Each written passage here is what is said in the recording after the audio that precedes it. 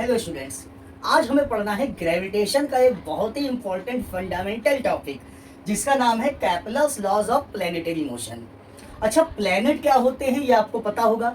ऐसी बॉडीज, अगर हम अपने सोलर सिस्टम की बात करें तो ऐसी बॉडीज जो सन के चारों तरफ रिवॉल्व करती हैं उसे हम लोग कहते हैं प्लैनेट। जैसे अर्थ हो गया, ठीक है ना, मार्स हो गया, जुपिटर हो गया, ये सब क्या है? ये सब प्लैनेट है जो सन के अराउंड रिवॉल्व कर रहे हैं। ठीक है, तो अब ये प्लैनेट के मोशन से रिलेटेड केपलर ने 3 नियम दिए थे। हमें उन्हीं तीनों नियमों के बारे में यहाँ पे पढ़ना है। तो देखते हैं यहाँ पे केपलर्स फर्स्ट लॉ, फिर आता है केपलर्स सेकंड लॉ, यहाँ पे केपलर्स सेकंड लॉ हो गया, and third one is Kepler's third law. अब देखते हैं स्टूडेंट्स, केपलर का जो पहला नियम है इसमें केपलर ने बताया क्या। इसमें स्टूडेंट्स केपलर ने यह बताया था कि कोई भी प्लेनेट जो है वो सन के अराउंड जब रिवॉल्व करता है तो इलिप्सियल पाथ पे रिवॉल्व करता है।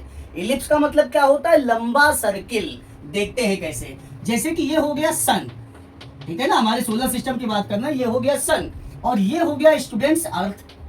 तो जो अर्थ रिवॉल्व करती है वो सन के चारों तरफ कैसे पाथ पे रिवॉल्व करती है? इलिप्सियल पाथ पे रिवॉल्व करती है। इलिप्स का मतलब लंबा सर्किल, ठीक है ना। अब आप कहेंगे कि ये तो ओवल शेप है, तो स्टूडेंट्स ये ओवल नहीं इलिप्स है। इलिप्स और ओवल में वही डिफरेंस है जो सर्किल और स्फेयर में होता है। यानी इलिप्स जो है ये 2 डायमेंशनल शेप है और ओवल जो है वो 3 डायमेंशनल शेप है, जैसे अंडा हो गया, ठीक है ना। तो अब देखते हैं, तो ये इलिप्सियल पाथ पे रिवॉल्व करता है। अब इलिप्स के बारे में अगर थोड़ा सा जान लें तो यहाँ पे देखिए हमने 2 लाइनें ऐसे खींच ली, वर्टिकल और horizontal. This will be known as the centre of the ellipse. अब इसमें देखिए 2 फोकस होते हैं, एक इधर और एक इधर।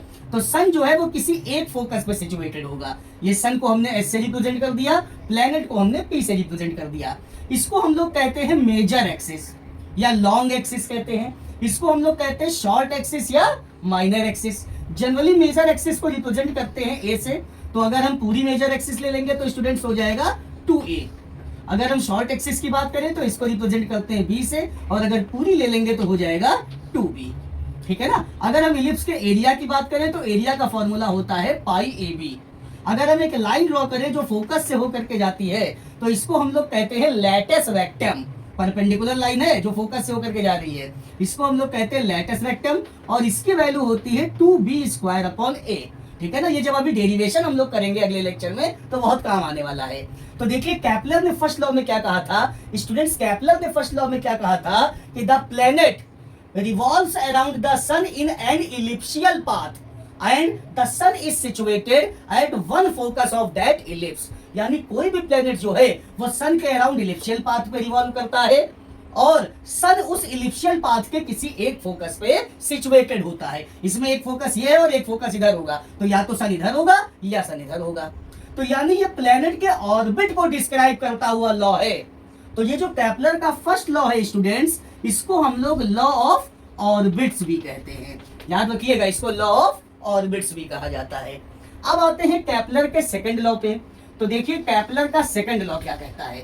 ये इलिप्शियल पाथ हो गया जिसपे हमारा प्लेनेट रिवॉल्व कर रहा है, ठीक है ना। ये वो फोकस हो गया जहां पे ये स्टार यानी सन सिचुएटेड है। अब देखिए केपलर ने अपने सेकंड लॉ में क्या बताया था। केपलर ने अपने सेकंड लॉ में बहुत ही ज्यादा इंपॉर्टेंट चीज देखी थी। इन्होंने ये देखा था कि अगर हम एक लाइन ड्रॉ करें जो प्लेनेट को सन से मिलाती है ऐसे, तो ये इस कंडीशन में जो एरिया कवर होता है, ये जो प्लेनेट जब चलेगा तो सेम टाइम में सेम एरिया कवर करेगा। अब देखिए कैसे। सपोज करिए कि ये प्लेनेट अभी यहाँ पे है, हमने प्लेनेट से सन को मिलाते हुए लाइन ड्रॉ कर ली। मान लीजिए 3 मंथ के बाद प्लेनेट पहुंच गया यहाँ पे, और जब प्लेनेट यहाँ पे पहुंच गया तो कुछ इतना ही तो देखिए एरिया कवर किया कि नहीं किया। शॉर्ट में हमने डीए लिख दिया। अब मान लीजिए कि ये प्लेनेट हमारा यहाँ पे है और 3 महीने के बाद हम फिर यहाँ पे ऐसे देख रहे हैं, तो इसने इतना एरिया कवर किया डीए। और प्रैक्टिकली ये देखा जाता है कि यहाँ पे भी 3 मंथ का टाइम लिया गया, यहाँ पे भी 3 मंथ का टाइम लिया गया है, तो सेम टाइम इंटरवल में सेम एरिया कवर करता है। यानी कहने का मतलब ये है कि जब प्लेनेट हमारा सन से दूर है तो धीरे धीरे चलेगा, और जब सन के पास में है तो तेजी से चलेगा, तभी तो उतना ही एरिया कवर कर पाएगा ना। पास में है, तेज चलेगा तभी तो उतना ही एरिया कवर कर पाएगा। तो यानी जब प्लेनेट सन से दूर होता है तो उसकी जो स्पीड है वो कम होती है, और जब सन के पास होता है तो स्पीड ज्यादा होती है। लेकिन अगर हम बात करें एरिया की, तो सेम टाइम में सेम एरिया ही तो कवर किया है। तो जैसे डिस्टेंस अपॉन टाइम स्पीड होगी, वैसे एरिया अपॉन टाइम को कहते हैं एरियल स्पीड।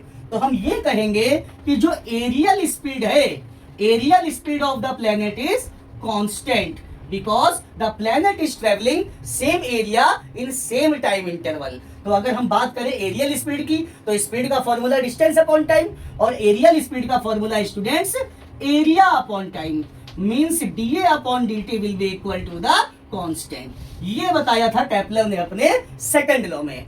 अच्छा, ये वाला जो लॉ है केपलर का सेकंड लॉ, ये लॉ ऑफ कंजर्वेशन, याद रखिएगा, law of conservation of angular momentum के ऊपर बेस्ड है। अब law of conservation of angular momentum क्या होता है, इसके ऊपर बेस्ड कैसे है, ये जब इस सेकंड लॉ का डेरिवेशन करेंगे तब हमको समझ में आएगा, ठीक है ना। और यहाँ पे ये जो सेकंड लॉ है, इसमें देखिए एरियल स्पीड सेम है, तो केपलर का जो सेकंड लॉ है स्टूडेंट्स, इसको हम लोग लॉ ऑफ एरिया भी कहते हैं या लॉ ऑफ इक्वल एरिया भी कहते हैं। तो याद रखिएगा, केपलर के फर्स्ट लॉ को लॉ ऑफ ऑर्बिट्स, केपलर के सेकंड लॉ को लॉ ऑफ एरिया कहते हैं। अच्छा, केपलर ने अपने थर्ड लॉ में क्या बताया था, तो स्टूडेंट्स केपलर ने अपने थर्ड लॉ में ये बताया था कि ये जो प्लेनेट जब सन के अराउंड एक पूरा चक्कर लगा लेगा, तो एक चक्कर लगाने में जो टाइम लगता है इसको कहते हैं टाइम पीरियड, कैपिटल टी, ठीक है ना। और जो प्लेनेट के टाइम पीरियड का स्क्वायर होता है, ये सेमी लॉन्ग एक्सिस यानी ए इसकी पावर क्यूब के डायरेक्टली प्रोपोर्शनल होता है। ये बताया था केपलर ने अपने थर्ड लॉ में, यानी the square of the time period of planet revolving the sun is directly proportional to the cube of the semi long axis. बाकी जब डेरिवेशन करेंगे तो इसका प्रूव हो जाएगा।